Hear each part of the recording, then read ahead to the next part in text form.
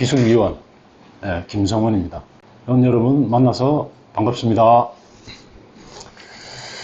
오늘 강의할 내용은 첫 번째 얼룩의 구분입니다. 얼룩을 어떻게 구분하느냐에 따라서 얼룩을 여러 가지 종류로 나눌 수 있는데, 첫 번째는 오염 전달 물질이 물이냐 기름이냐에 따라서 수용성 오염과 유성 오염으로 이렇게 구분하는 거고요. 두 번째, 오염된 상태에 따른 구분입니다. 오염이 섬유에 어떻게 붙어 있는가, 붙어 있는 상태가 어떠한가에 따라서 이렇게 구분하는 방법입니다. 세 번째로는 오염의 성분에 따른 구분과 제거법, 이렇게 준비했습니다. 첫 번째로 오염의 전달 물질에 따른 구분입니다. 왜 이런 말이 있지 않습니까? 물 때는 물로, 기름 때는 기름으로. 이게 이제 세탁 기술을 처음 공부하시는 분들은 동질성의 원리라고 배웁니다. 동질성의 원리는 오염의 전달 물질, 매개가 되는 물질이 물이냐 기름이냐에 따른 분류입니다. 예를 들어서 설명하면, 그 물에 쉽게 녹는 이제 설탕물이 물에 용해되었다가 섬유에 묻었을 때 이것들을 수용성 오염이라고 그러죠.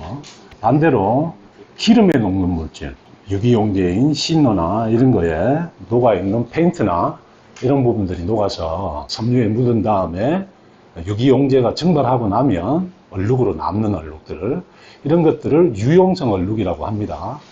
근데 여기서 중요한 것들은 아까 얘기했던 동질성의 원리에 따라서 수용성 오점은 다시 물을 주면 이렇게 제거가 가능해야 되는데, 사실 그렇게 제거가 안 되는 것들이 많죠. 이 부분에서 재수용화라는 원리를 적용하게 됩니다. 1차적으로 오염이 섬유에, 오염 전달 물질을 통해서 섬유에 부착되고 난 후에 오염 전달 물질인 물이나 유기용제가 휘발하고 나서 제거하기 위해서 다시 물이나 유기용제를 첨가를 했을 때, 그때 이 오염 물질이 다시 재수용화, 재유용화가 되느냐라는 부분입니다. 아까 말씀드렸던 설탕물이 물 위에 부착이 됐을 때 물이 증발하고 나면 다시 물을 가하면 설탕물이 다시 물에 녹아서 제거가 가능하죠. 이건 동질성의 원리가 그대로 적용되는 겁니다. 근데 이렇게 재수용화가 가능한 오점도 있지만, 우리 그 인체에 땀의 성분 중에 보면 알부민 단백질이라는 성분이 있습니다. 물에 녹는 단백질 성분 중에 하나예요. 그래서 땀을 통해서 배출이 됐다가 겨드랑이나 이런 부분에 노란색 띠얼룩을 만들게 됩니다. 수분인 땀이 증발하게 되면 이 알부민 단백질이 수분이 증발하고 나서 노란색 띠얼룩이 남았을 때 다시 물을 주게 되면 재용해가 되느냐? 잘 안 되거든요. 재수용화가 안 된다, 이렇게 이해를 하시면 되겠습니다. 그 다음에 유용성 오점에도 마찬가지로요. 쉽게 얘기해서 시너나 유기용제에 녹는 본드나 접착제 성분들이 의류에 묻었을 때 이 유기용제가 휘발하고 나면 오점으로 남게 되는데, 이때 유기용제를 다시 묻혀서 제거가 가능하면 재수용화가 가능한 거고, 그거 말고 바인더라든지 또 유성 페인트 같은, 아니면 순간 접착제, 이런 것들은 재용해를 하기가 굉장히 어렵거나 불가능한 경우들이 많습니다. 이런 경우들을 보고 동질성의 원리가 통하지 않는, 재수용화, 재유용화가 안 되는 그런 오점군이라고 얘기할 수가 있겠습니다. 다음은 이제 오염 상태에 따른 구분입니다. 이건 뭐냐 그러면, 오염이 섬유에 묻었는데 그 묻은 상태가 어떠한가에 따른 구분이에요. 쉽게 말씀드려서 오염이 섬유 위에 가볍게 얹혀지는 부착 상태에 오염이 있을 수 있고, 그 다음에 섬유 속으로 일부 스며들어서 이렇게 오염을 형성하는 흡착 상태의 오염이 있을 수 있습니다. 또한 섬유에 비결정 영역까지 침투를 해서 침착 또는 섬유와 연결고리를 갖게 되는 염착 상태의 오염 단계로 이렇게 구분할 수가 있겠습니다. 근데 이 오염의 단계별로 보면 이 접착 상태의 오염과 흡착 상태의 오염, 예를 들면 단백질 오염의 경우, 또 혹은 흡착 상태의 오염인 대표적인 지방 오염의 경우를 비교해서 제가 그림을 한번 이렇게 그려왔어요. 자, 이렇게 보시면 단백질 오염의 경우는 섬유 표면에 접착제처럼 이렇게 들러붙어 있는 그런 형태의 오염을 띠게 됩니다.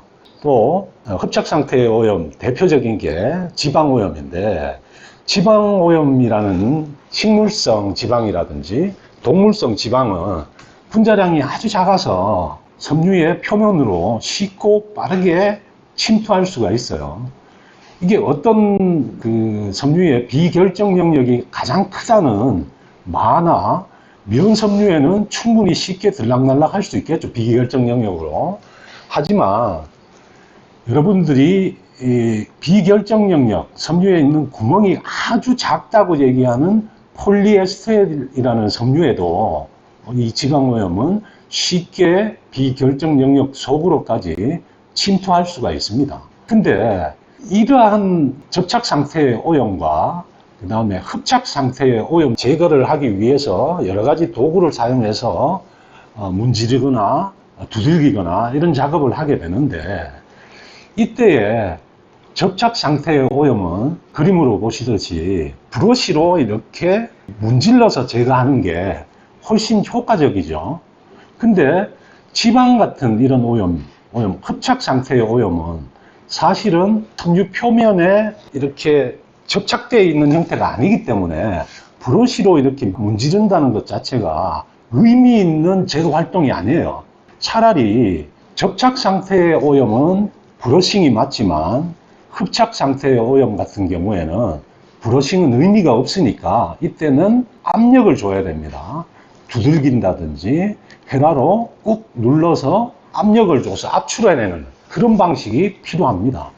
사실은 그 섬유에 식물성 지방이 흡착돼서 제거하는데 많은 애로사항을 겪고 있는 게 사실인데, 이때 이 원리를 잘 이용을 해서 지방 제거에 브러싱 말고 헤라로 꾹꾹 누른다든지 압력을 주는 메커니컬 액션만 바꿔줘도 제거 효율을 굉장히 많이 높일 수가 있는 겁니다. 제가 실전에서 흡착 상태의 지방 오염을 제거하는 적용 사례를 한번 가지고 왔는데요. 저는 면이나 마직으로 된 가방에 굉장히 찌들어 있는 흡착 상태의 산화지방 오염입니다. 이런 것들은 사실은 브러쉬로 아무리 밀어도 이건 제거가 잘 안 돼요. 근데 이걸 갖다가 이렇게 말씀드린 헤라 액션으로 꾹꾹 눌러서 액션을 주게 되면 훨씬 더 제거가 빠르고 깔끔하게 더 제거되는 걸 볼 수가 있습니다. 그러니까 여러분들 흡착 상태의 지방 오염을 제거할 때 브러싱은 섬유의 손상만 가져올 뿐이지 의미 없다. 차라리 헤라를 이용해서 압출해내자 라는 얘기입니다. 자, 오늘 방송은 여기서 마치도록 하겠습니다. 끝까지 시청해 주셔서 여러분들 대단히 감사드립니다. 다음 시간에 만나요. 감사합니다.